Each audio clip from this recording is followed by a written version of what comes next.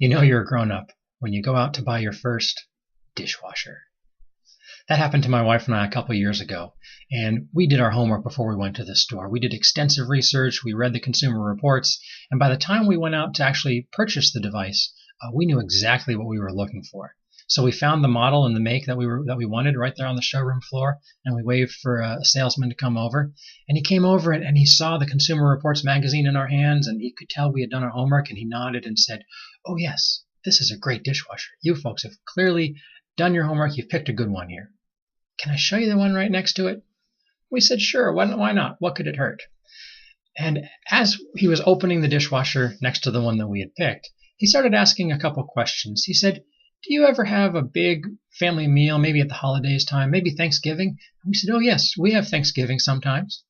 And he said, "When you have this big family meal, do you sometimes serve the food on large serving dishes?" And we said, "Oh yes, we put Thanksgiving on large serving dishes."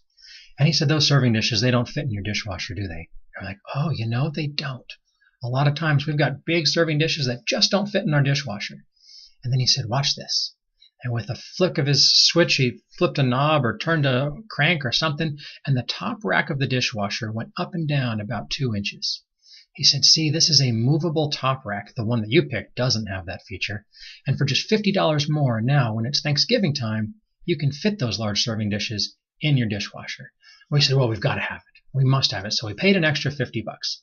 The whole time we owned that dishwasher, we did not move that top rack. Not up, not down, not once. So we paid an extra $50 for a feature we didn't know we wanted, we didn't really need, and then we promptly forgot about it and never used it. So that's a bit of a silly story, but it points to an important lesson.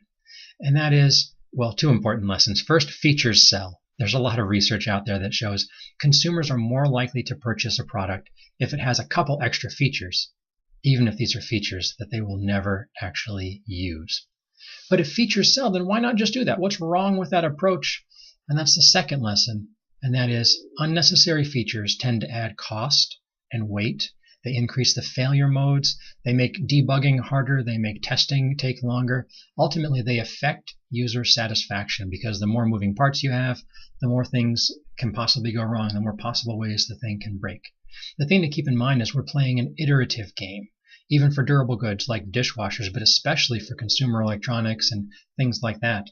We're not just selling it once, we're selling this version, and then we hope the consumer will come back to buy the next one and the one after that.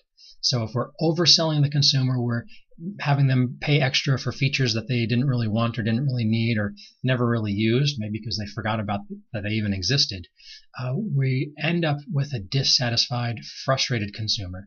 A lot of times these extra features make our user interfaces more complicated and harder to learn.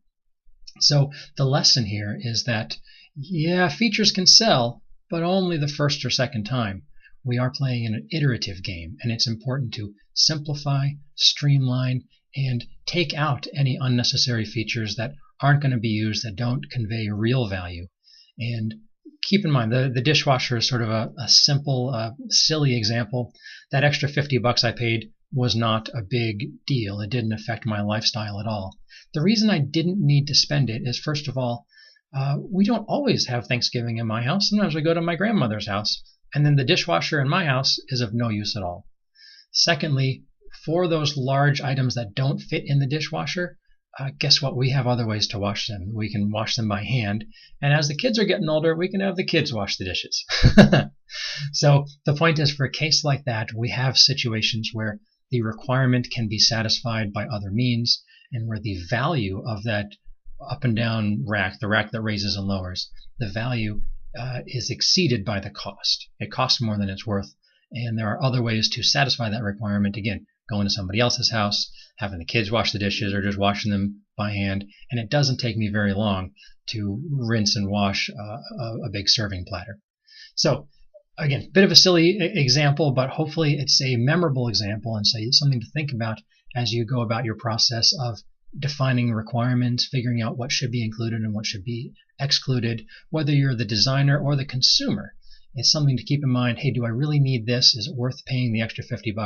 Or am I better off in a lot of different ways by going with a more simple, more streamlined product?